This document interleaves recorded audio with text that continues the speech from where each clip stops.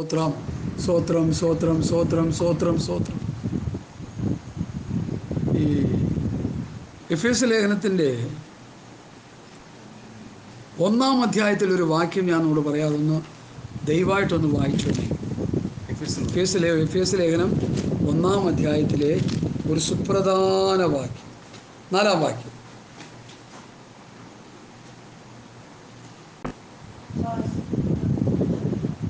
എഫേസ്യ ലേഖനം 1:4.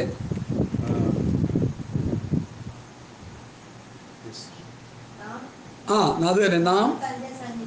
നാം ദൈവത്തിൻ്റെ സന്നിധിയിൽ വിശുദ്ധരും നിഷ്കളങ്കരും ആകേണ്ടതിന് അവ ലോകസ്ഥാപനത്തിന് മുമ്പേ നമ്മെ അവനിൽ തിരഞ്ഞെടുത്തു.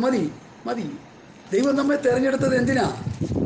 വിളച്ചിലും പൊളിച്ചിലും ഉടായ്പകളും പിന്നെ അത് ഇതൊക്കെ വെച്ചുകൊണ്ടിരിക്കാനാണോ? അല്ല. നാം അവൻ്റെ സന്നിധിയിൽ വിശുദ്ധരും നിഷ്കളങ്കരുമായിരിക്കണം. ഇനി ഇത് പുതിയ നിയമം. പഴയ നിയമത്തിൽ ഞാൻ വായിച്ചു കേൾപ്പിച്ചുതരാം. 17:1 വാക്യം. അബ്രഹാമിന് 99 വയസ്സായപ്പോൾ യഹോവ അബ്രഹാമിന് പ്രത്യക്ഷനായി, ഞാൻ സർവശക്തിയുള്ള ദൈവമാകുന്നു, നീ എൻ്റെ മുൻപാകെ നടന്ന് നിഷ്കളങ്കനായിരിക്കുക. പുതിയ നിയമത്തിലും പഴയ നിയമത്തിലും ദൈവത്തിൻ്റെ കൽപ്പന ഒരുപോലെയൊക്കെ തന്നെ. അത് മനസ്സിലാക്കണം. വ്യവസ്ഥ അത് വേറെയാണ്, ഇത് വ്യവസ്ഥ വേറെയാണ്, കാര്യം ശരിയാ. പക്ഷെ ദൈവത്തിൻ്റെ ഇടപെടൽ ഒന്ന് തന്നെ. അവിടെയും വിശുദ്ധി, ഇവിടെയും വിശുദ്ധനായിരിക്കണം. You holy, I am holy. നീ വിശുദ്ധനായിരിക്കണം, ഞാനും വിശുദ്ധനായിരിക്കണം, നമ്മളെല്ലാം വിശുദ്ധന്മാരായിരിക്കണം. ഇവിടെ 17-2 വാക്യത്തിൽ പറയുന്നത്, അങ്ങനെ നിഷ്കളങ്കനായിരുന്നാൽ എനിക്കും നിനക്കും മധ്യേ ഞാൻ എൻ്റെ നിയമം സ്ഥാപിക്കും, ഞാൻ നിന്നെ അധികമായി വർദ്ധിപ്പിക്കും എന്നരുളി ചെയ്തു. അപ്പോൾ അബ്രഹാം സാഷ്ടാംഗം വീണു. ദൈവം അവനോട് അരുളി ചെയ്തത് എന്തെന്നാൽ, അപ്പൊ ദൈവത്തിൻ്റെ അരുളപ്പാട് എങ്ങനെയായിരുന്നു? നീ എൻ്റെ മുൻപാകെ നടന്ന് നിഷ്കളങ്കനായി, എന്നാൽ ഞാൻ നിനക്ക് തമ്മിൽ എന്ത് ചെയ്യും? എൻ്റെ നിയമം സ്ഥാപിക്കും. അപ്പോൾ നിഷ്കളങ്കനായിരിക്കുന്നവരോടാണ് ദൈവം നിയമം സ്ഥാപിക്കുന്നത്. വളഞ്ഞ വഴിയിലും വക്രതയും ചതിയും വഞ്ചനയിലൂടെ പോകുന്നവരോട് ദൈവത്തിന് ബന്ധമില്ല. ഇത് നമ്മൾ മനസ്സിലാകുന്നുണ്ടോ? ദൈവത്തിന് ആരോടാ ബന്ധം?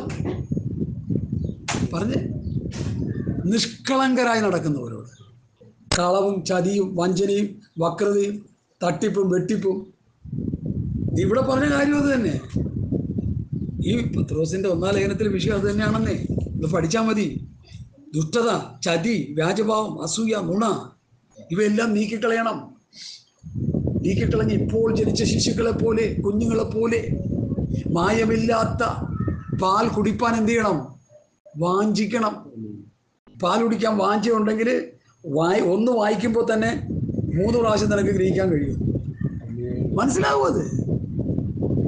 എൻ്റെ ദൈവമക്കളെ, ഞാൻ ഈ ഹൃദയം തുറന്ന ദൈവസന്നിധിയിലാണ് ഞാൻ സംസാരിക്കുന്നത്.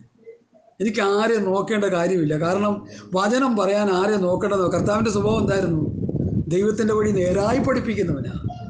ആരുടെയും മുഖം നോക്കാത്തവനും ആരെയും ഗണ്യമാക്കാത്തവനുമായിരുന്നു. അതുപോലെയാണ് പൗലോസും അപ്പോസ്തലന്മാരോട്. ഇന്നത്തെ അപ്പോസ്തലന്മാരുടെ രീതിയൊക്കെ മാറിപ്പോയത് കൊണ്ടാണ് ഇന്ന് ജനം ഗുണം പിടിക്കാതിരിക്കുന്നത്. പത്രോസിൻ്റെ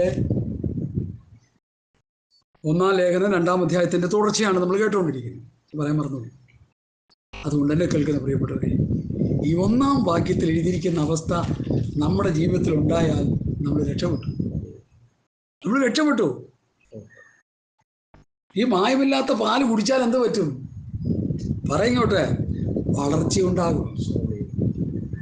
ഇപ്പോൾ ഇവിടെ നിന്ന് ഇറങ്ങിപ്പോയ കുഞ്ഞ്, അവൾ പ്രസവിച്ച് എൻ്റെ കയ്യിലോട്ട് കൊണ്ട് തന്ന് ഞാൻ പ്രാർത്ഥിച്ച് കർത്താവിന് വേണ്ടി സമർപ്പിച്ചു.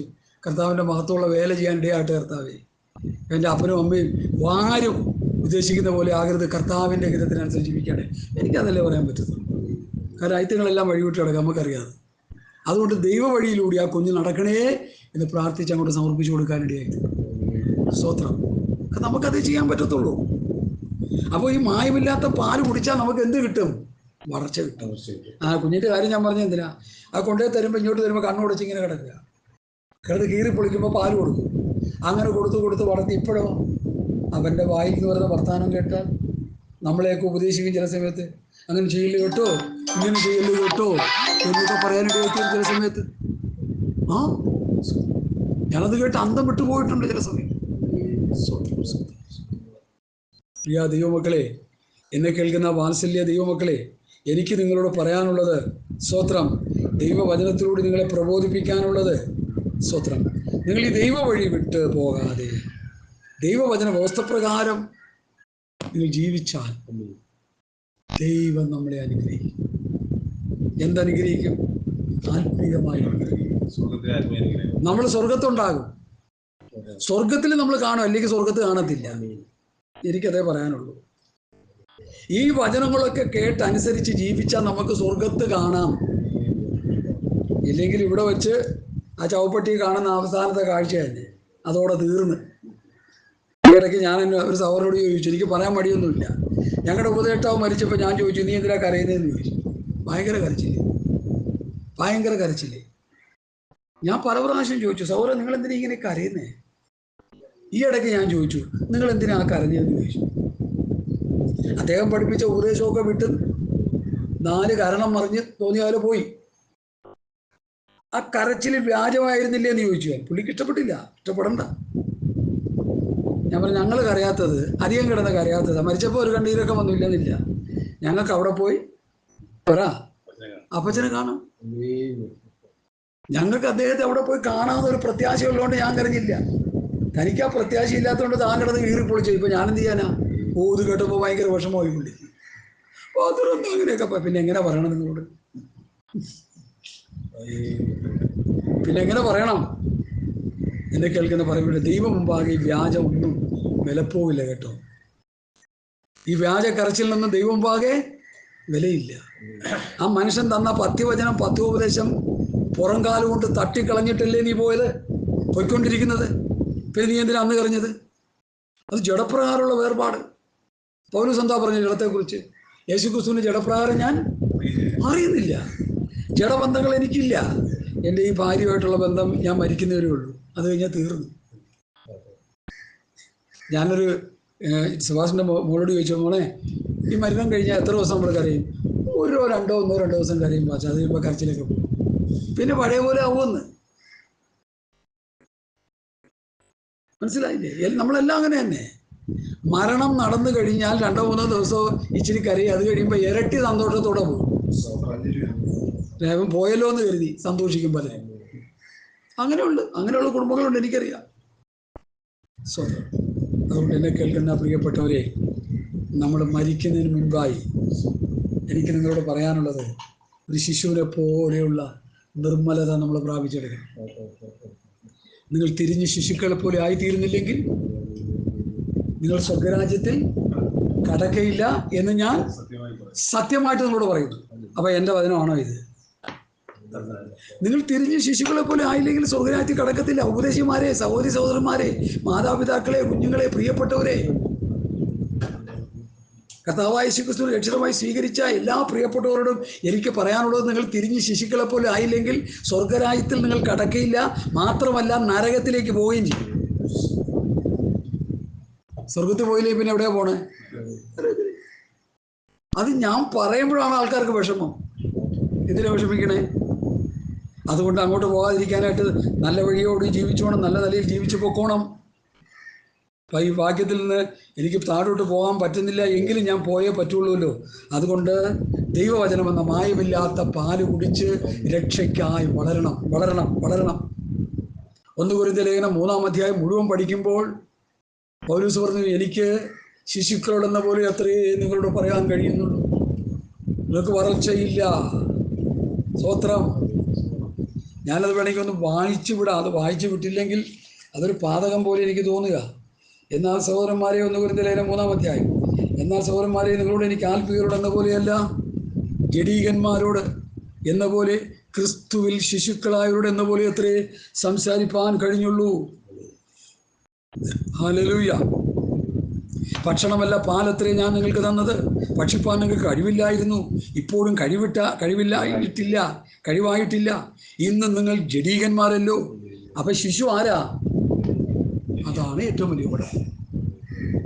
ഇത് ആരും മനസ്സിലാക്കുന്നില്ല. വളർച്ചയില്ലാതിരിക്കുന്ന ഒരു ദൈവ പൈതൽ ജഡീകനാണ്, ജഡപ്രകാരം ജീവിക്കുന്നവനാണ്. ജഡപ്രകാരം ജീവിച്ചാൽ നമുക്ക് ദൈവത്തെ പ്രസാദിപ്പിക്കാൻ കഴിയില്ലെന്ന് റോമാലേഖനം 8-ാം അധ്യായം. നിങ്ങൾ ജഡത്തിൽ സഞ്ചരിക്കുന്നെങ്കിൽ മരിക്കും നിശ്ചയം എന്ന് റോമാലേഖനം 8-ാം അധ്യായം. ജഡസ്വഭാവമുള്ളവർക്ക് ദൈവത്തെ പ്രസാദിപ്പിക്കാൻ കഴിയില്ല. ആത്മാഭിലാഷം ജഡാഭിലാഷത്തിനും, ജഡാഭിലാഷം ആത്മാഭിലാഷത്തിനും വിരോധമായിരിക്കുന്നു. ഇത് ശത്രു മനോഭാവം ഉണ്ടാക്കുന്ന കാര്യമാണ്. ഇതാരും മനസ്സിലാക്കുന്നില്ല. എനിക്ക് നിങ്ങളോട് പറയാനുള്ളത്, നമ്മൾ ജഡീകന്മാരല്ല, നമ്മൾ ആത്മീകരാണ്.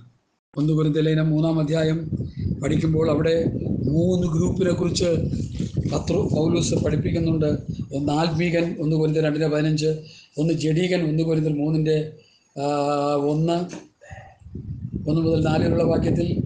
പ്രാകൃതൻ, 1 കൊരിന്ത്യർ 2:14. ജഡീകൻ, ആൽപീകൻ, പ്രാകൃതൻ.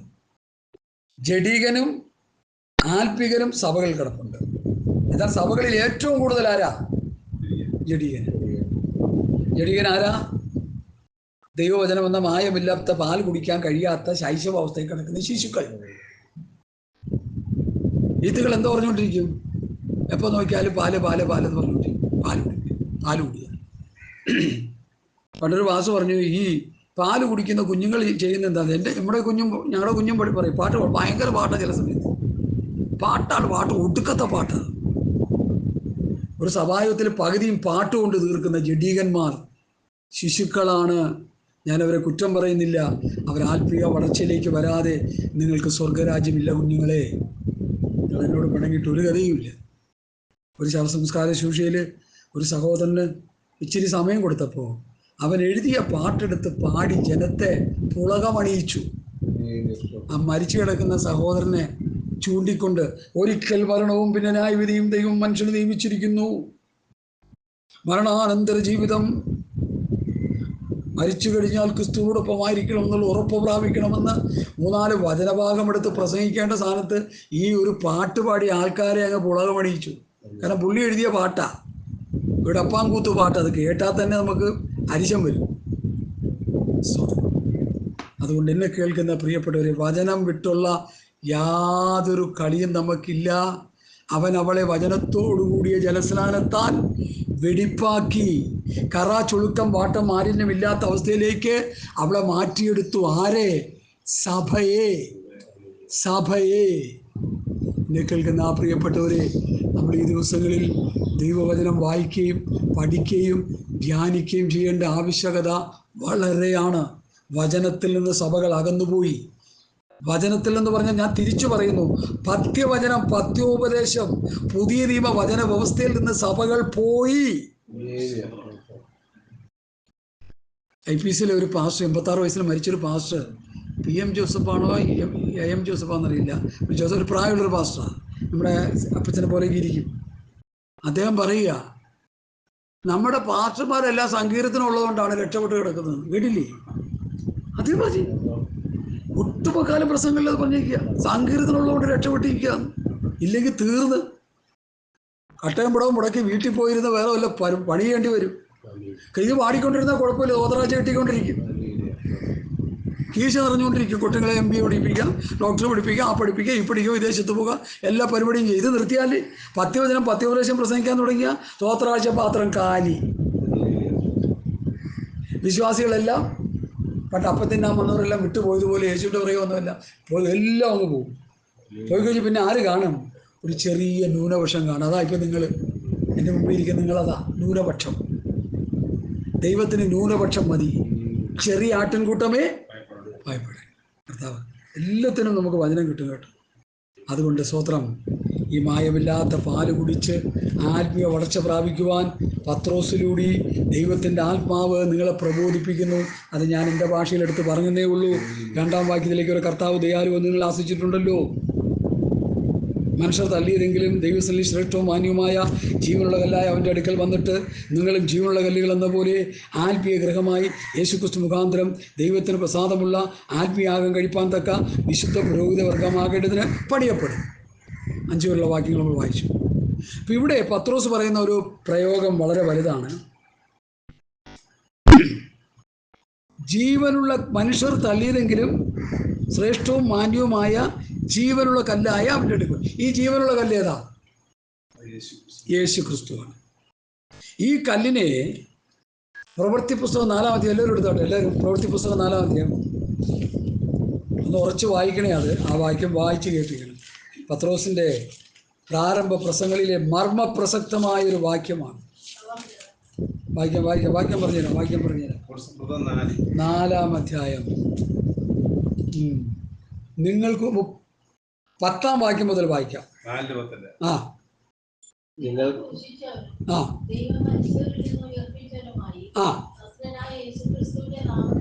ആമേൻ. സ്തോത്രം.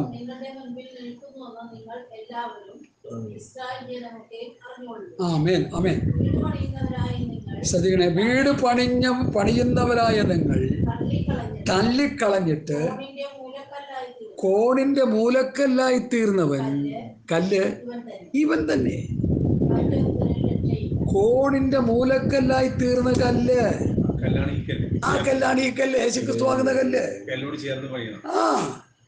ഈ കല്ലിനോട് ചേർന്നാണ് സഭ പണിയുന്നത്.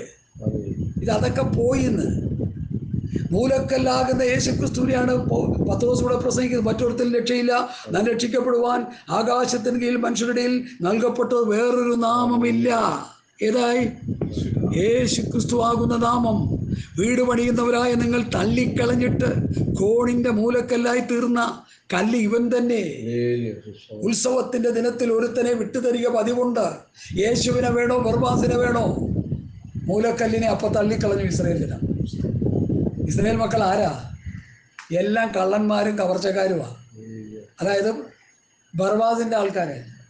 അതുപോലെ ഇന്നും വിശ്വാസികളിൽ നല്ലൊരു പങ്കും ബർബാസിന്റെ ആൾക്കാരാണ്. കോടതി കേസ്, വഴക്ക്, തല്ല്. ഈ ഇടയ്ക്ക് IPC ഒരു ഭാഷ എടുത്ത് പ്രസംഗിച്ചുകൊണ്ടിരുന്നപ്പോൾ ഒരാൾ അടിയിൽ കമന്റ് ഇട്ടേക്കുന്നു. പ്രസംഗം കൊള്ളാം, പക്ഷേ കൺവെൻഷൻ കഴിയുമ്പോൾ ആ തല്ലാണ് സഹിക്കാൻ പറ്റാത്തത്. ഇങ്ങനെയുണ്ട്. കൺവെൻഷൻ നടത്തിയിട്ട് കണക്ക് ബോധിപ്പിക്കാൻ പറയുമ്പോൾ ഒരു കൂട്ടത്തല്ലുണ്ട്. അതുകൊണ്ടൊന്നും കാര്യമില്ല. ഞാൻ കുറെ പ്രസംഗിച്ച് കൂട്ടിയിട്ട് കാര്യമില്ല. ജീവിതം ദൈവത്തിന് പ്രസാദമാകുന്നില്ലെങ്കിൽ ഞാൻ നിത്യമായ നാശത്തിലേക്ക് പോകും.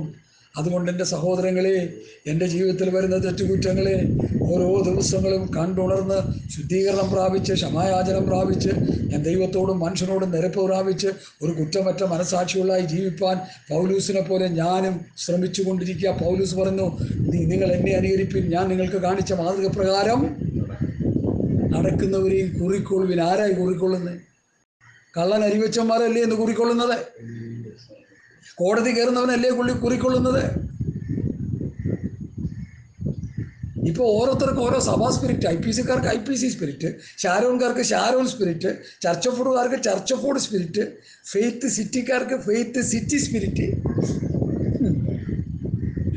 ഫിലദൽഫിയ ചർച്ചുകാർക്ക് Philadelphia church spirit, Rehoboth worship സെന്ററുകാർക്ക് രഹബോത്ത് വർഷിപ്പ് സെന്ററിന്റെ സ്പിരിറ്റ്.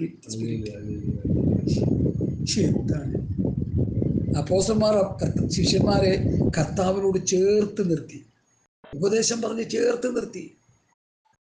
ഈ മൂലക്കല്ല്. ഇനിയിപ്പോൾ പത്രോസിന്റെ പഠനം, ശ്രേഷ്ഠമായ പഠനത്തിലേക്ക് ഞാൻ നിങ്ങളെ കൊണ്ടുവരിക. പല പ്രാവശ്യം ഇത് പറഞ്ഞിട്ടുണ്ട്. എനിക്ക് തോന്നുന്നു കഴിഞ്ഞ ദിവസങ്ങളിലൊക്കെ ഇതിനെക്കുറിച്ച് ഞാൻ പ്രസ്താവിച്ചിട്ടുണ്ട്. ഇതെത്ര കേട്ടാലും മതിയാകത്തില്ല.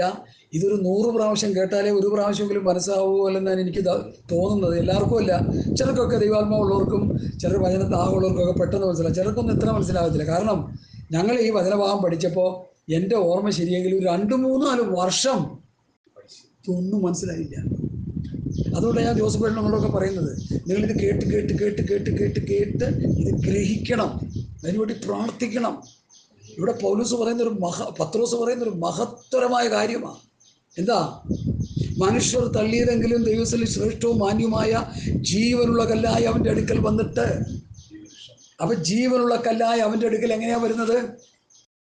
യേശുവിനെ രക്ഷിതാവും കർത്താവുമായി സ്വീകരിക്കുമ്പോൾ, യേശു ജീവനുള്ള ദൈവത്തിൻ്റെ പുത്രനായ ക്രിസ്തു എന്ന് വിശ്വസിക്കുമ്പോഴാണ് നമുക്ക് എന്തുണ്ടാകുന്നത്? ജീവനുണ്ടാകുന്നത്. യോഹന്നാന്റെ സുവിശേഷം 20-ാം അധ്യായത്തിൻ്റെ 31-ാം വാക്യം എഴുതിയിട്ട് വായിക്കുക.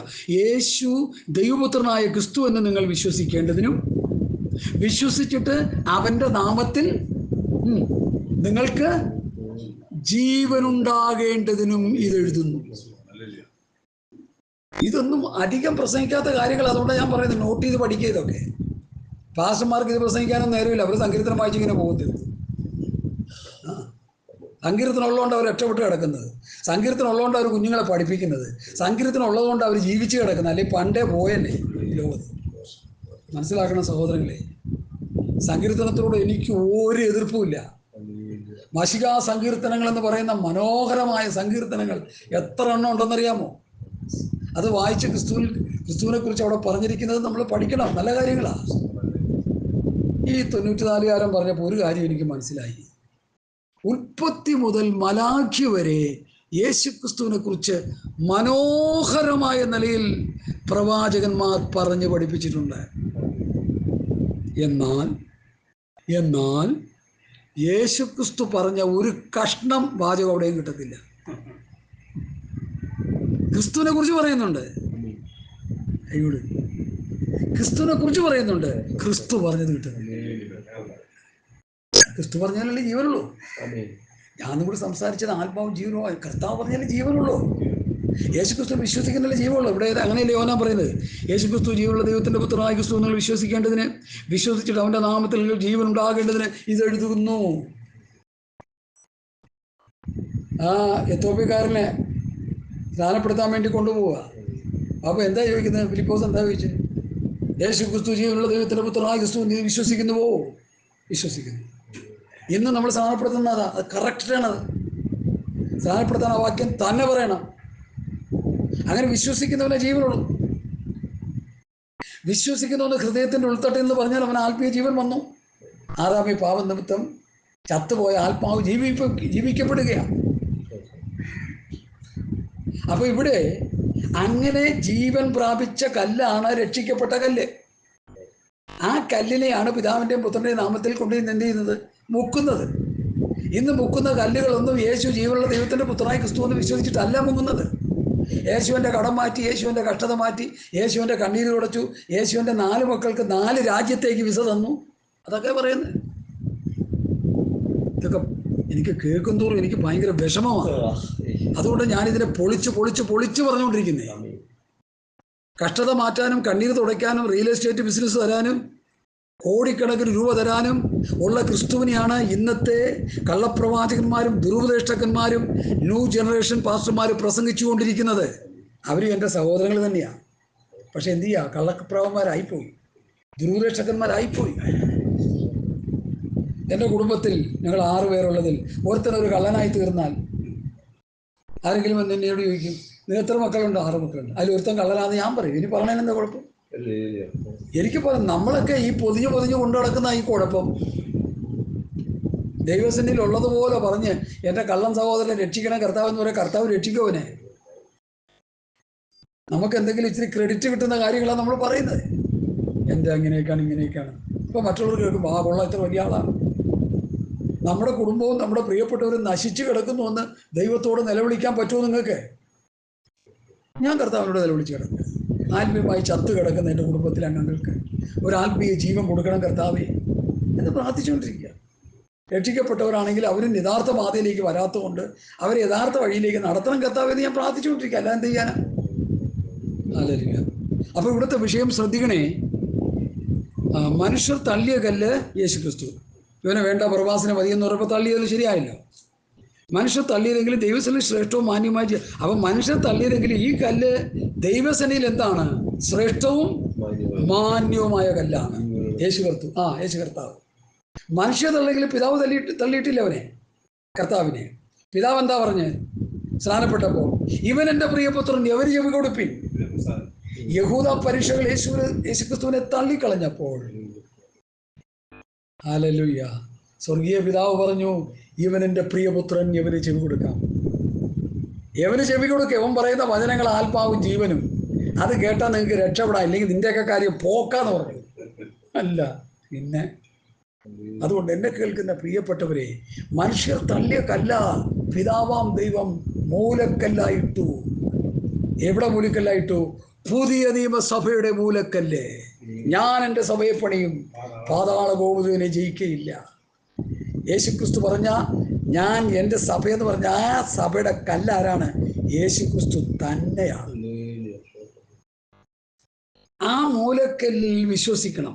മനുഷ്യർ തള്ളിയതെങ്കിലും ജീവനുള്ള കല്ലായ അവൻ്റെ അടുക്കൽ വന്നിട്ട് നിങ്ങളും ജീവനുള്ള കല്ലുകൾ എന്ന പോലെ ആത്മീയ ഗ്രഹമായി ദൈവത്തിന് പ്രസാദമുള്ള ആത്മീയ യാഗം കഴിപ്പാൻ തക്ക വിശുദ്ധ പുരോഗവർഗമാകേണ്ടതിന് പണിയപ്പെടുന്നു.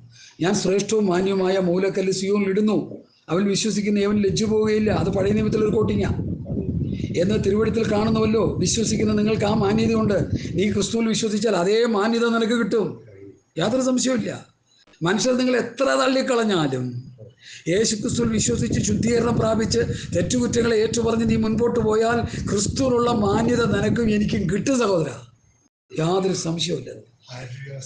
വിശ്വസിക്കുന്ന നിങ്ങൾക്ക് ആ മാന്യത ഉണ്ട്. വിശ്വസിക്കാത്തവർക്കോ വീട് പണിയുന്നവർ തള്ളിക്കളഞ്ഞ കല്ല് മൂലക്കല്ലും ഇടച്ചക്കല്ലും തടങ്ങൽക്കാരയുമായി തീർന്നു.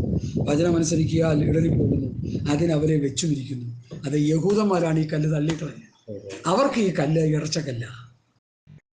ഏത് മനുഷ്യൻ ഈ കല്ലിനെ തള്ളിക്കളയുന്നോ, യേശുവിനെ തള്ളിക്കളയുന്നോ, അവർക്ക് ഇത് ഇടച്ചക്കല്ലാണ്. അവരെ ഈ കല്ല് എന്ത് ചെയ്യും? ന്യായം വിധിക്കും. ഇത് ന്യായവിധിയുടെ കല്ലുകൂടിയാണ്. ന്യായവിധി എല്ലാം പുത്രന് കൊടുത്തിരിക്കുക. പുത്രനാണ് സകലരെയും ന്യായം വിധിക്കുന്നത്. കൈതൊടാതെ പറഞ്ഞു വരുന്നൊരു കല്ല് ദാനിയേൽ പ്രവചനത്തിലുണ്ട്, അത് യേശുക്രിസ്തുവാണ്. ബാബിലോൺ, മേദ്യ, പേർഷ്യ, ഗ്രീസ്, റോം 5 സാമ്രാജ്യങ്ങൾ ഈ ലോകത്തെ ഭരിച്ചു എന്നാണ് പറയുന്നത്. അല്ല, മേദ്യ, പേർഷ്യ, ഗ്രീസ്, റോം. ബാബിലോൺ, മേദ്യ, പേർഷ്യ, ഗ്രീസ്, റോം 4 സാമ്രാജ്യങ്ങൾ. ഈ 4 സാമ്രാജ്യങ്ങൾ ലോകം ഭരിച്ചു. അതാണ് ദാനിയേൽ കണ്ട ബിംബത്തിൻ്റെ സംക്ഷിപ്ത രൂപം. ഞാൻ അങ്ങോട്ട് പോകുന്നില്ല, അത് വേറൊരു മെസ്സേജായിട്ട് ഞാൻ പഠിച്ചു ധ്യാനിച്ചുകൊണ്ടിരിക്കുക, പ്രാർത്ഥിച്ചുകൊണ്ടിരിക്കുക, അത് പറയാൻ സ്തോത്രം. അപ്പം ആ 4 സാമ്രാജ്യങ്ങളും ഈ ലോകത്ത് ആവിർഭവിച്ചുദിച്ച മനുഷ്യനെ ഭരിക്കാൻ വേണ്ടി ആവിർഭവിച്ച 4 സാമ്രാജ്യങ്ങളാണ്. ഈ 4 സാമ്രാജ്യങ്ങളെയും തുടച്ചു മാറ്റിയിട്ട് കൈതൊടാതെ പറഞ്ഞു വരുന്നൊരു കല്ലായി യേശുക്രിസ്തുവിനെ ദാനിയേൽ പ്രവാചകന്റെ പുസ്തകം 2-ാം അധ്യായത്തിൽ പഠിപ്പിക്കുന്നു. ഈ കല്ല് ഏതാ?